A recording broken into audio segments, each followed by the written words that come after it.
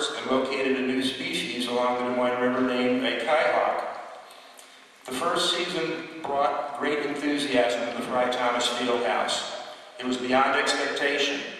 The women's basketball team, affectionately known as the Wild Kittens, would put on a pregame show to Sweet Georgia Brown and share a display of ball handling, juggling, and downright exceptional free throw shooting to standing room only crowds.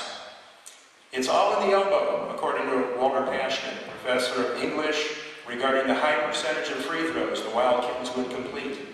WMTV in Cedar Rapids was also enthralled with the concept that a special road trip to Cedar Rapids provided complete coverage to eastern Iowa for the Wild Kittens.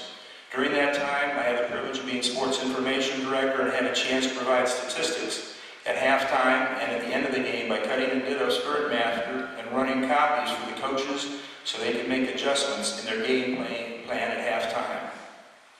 Bob's teams at Parsons were getting national exposure with their play as they traveled to towns such as Raytown, Missouri, and Plainview, Texas. Needless to say, these were long road trips for the team and coaches. Legend has it that a return trip from Texas found assistant coach Ray Ham in his usual spot behind the wheel of a 2,200-mile trip. And they were just hitting the outskirts of Batavia, and Coach Spencer woke up and said, "Hey Ray, why don't you pull over and I'll give you a break. I'll bring it home to Fairfield." So Coach Spencer, thank you for allowing that team to have that privilege. Ray worked for the admissions office, and part of his territory was the eastern United States. On his way east, he would always take Interstate 80 and pass Pittsburgh in order to get to Philadelphia, his home area of York, Pennsylvania, on recruiting trips. One of our other associates was 2010 inductee honor, Stiff Biff Coomer. He was intramural director, and sorry he couldn't be with us today. He's on a foundation board in Milwaukee, so he sends his best to you, Bob. Had a chance to speak with him last year. Bob's graduate thesis at Northern Colorado University was a vision or a blueprint for intercollegiate women's athletics. At that time, there was no Division I athletic programs for women. Bob was really the godfather of women's athletics, and with this movement, Title IX was established. His basketball camps were famous in Iowa and around the Midwest. Talent shows during these camps by high school athletes provided a break from the pressures of dribbling drills and other activities on the court. While at John F. Kennedy College, Bob annually had a young lady who would win the talent show, showing her talents and growing them into a career. A lifelong performer, Reba McEntire, was one of his campers.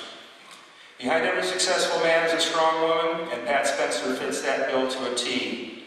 Bob and Pat have made great teams through basketball camps and long trips by station wagons and vans all over the Midwest and the West Coast when he was coach at Fresno State.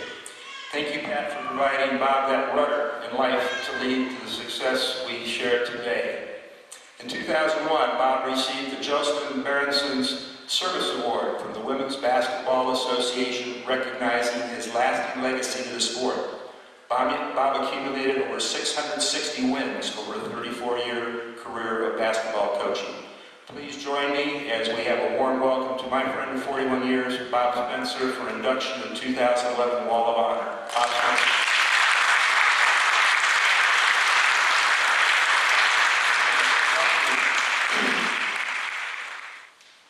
I'm really honored and blessed to be among all of these recipients and those who appear on the wall.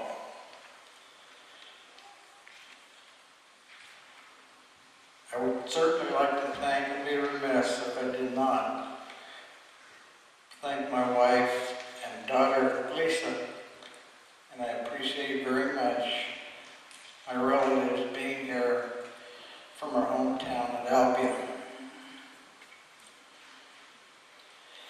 Also, I would again like to introduce to you two people who have already been introduced, one being Vera Young. Would you stand again, Vera? When I returned from the Korean conflict, after 2 years at Parsons before I went there, Vera asked me to help her was the women's basketball team. And she was responsible for me having an additional interest in doing what I could for women in athletics as a men's athletic director. And Dr. Ward and David Neff and Biff Coomer, who was mentioned earlier, were all instrumental in promoting what we brought to Parsons College and built upon over the years at 5 other institutions before anyone really cared about women in NCAA athletics. I would also like to recognize all of you and thank you so very much for being here today and sharing in what we all consider as a great institution still, Parsons College. My wife and I were here in Goddard when they happened to close. But as mentioned earlier, in our heart, none of us have forgotten the things that took place and the good memories we have of Parsons College in Fairfield, Iowa. I would also again like to have Ray Ham stand, because Ray helped me for 8 years, and he is now a big part of the community here, as many of you already know.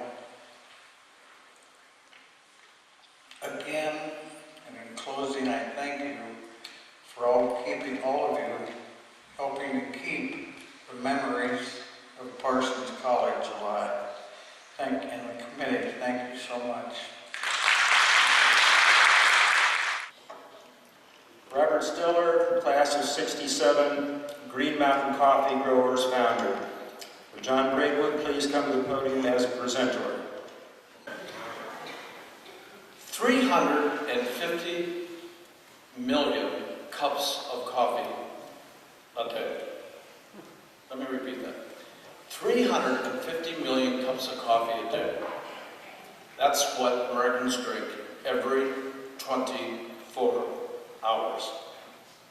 And if you can believe it, that's enough coffee to fill 1.2 million swimming pools across the country every 24 hours.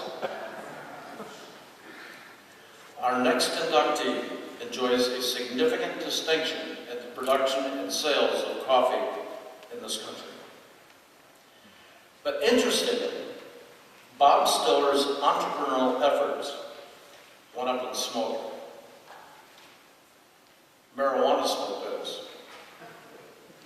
E.C. Wider, a manufacturer of extra-wide rolling paper, was so successful, it was subsequently sold for $6.2 million. Not bad for another wild and innovative Parsons grad, don't you agree? Then one day, at a Vermont ski resort, Bob had a cup of coffee that he liked so much, he bought the company. Hence the genesis of Green Mountain Coffee Roasters of Waterbury, Vermont.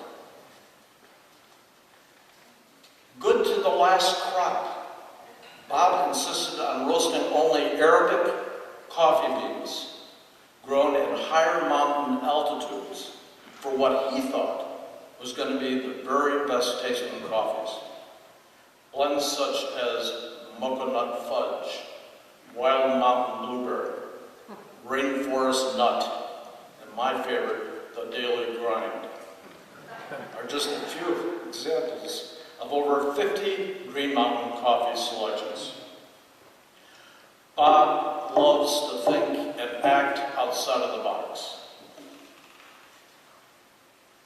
An example of one of his many innovations is participation with the career coffee makers in the manufacture of the K-Cup. Perhaps some of you have seen this very invention. This is the brewing of a single cup of coffee sold through grocery stores, and in addition, have been installed and featured in ExxonMobil convenience stations throughout the country. As a result, Green Mountain Coffee enjoys a whopping 70% of that market, which now accounts for 17% of their bottom line. What an innovation. Ideas such as this have contributed to, hold on to your seats, have contributed to having earned in excess of $100 million pre-tax dollars in 2010. But you know what really sets Bob apart from many of his competitors? It's his philanthropic and humanitarian efforts to financially help coffee growers and humanity throughout the world. He has divided 10% of his net profits and has given it to Conservation International and the Rainforest Alliance, both of which seek to ensure the protection of our Earth's ecosystems. In addition, 5% of tax profits go to socially responsible organizations such as Medicines for Humanity, which is dedicated to reducing child mortality in impoverished communities throughout the world. And feature this. Green Mountain Coffee was ranked #1 in the list of 100 best corporate citizens published in International Review magazine. And in 2001, Bob was named Entrepreneur of the Year in Forbes magazine.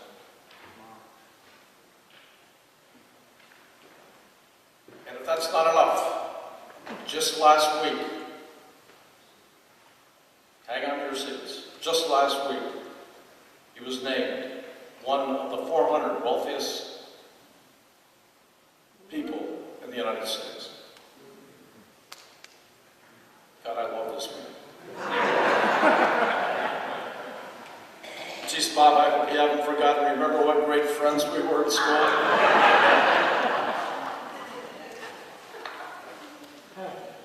Unfortunately for me and for Bob, not for Bob, but, well, perhaps for Bob as well. Unfortunately for me and for us, Bob is currently in Europe attending to a previous family commitment. But one thing we all know, Bob, that for all your amazing business successes, you couldn't have done it. You could not have done it without the benefit of a Parsons College education. Profound and sincere congratulations. Welcome to the Parsons College Roll of Honor.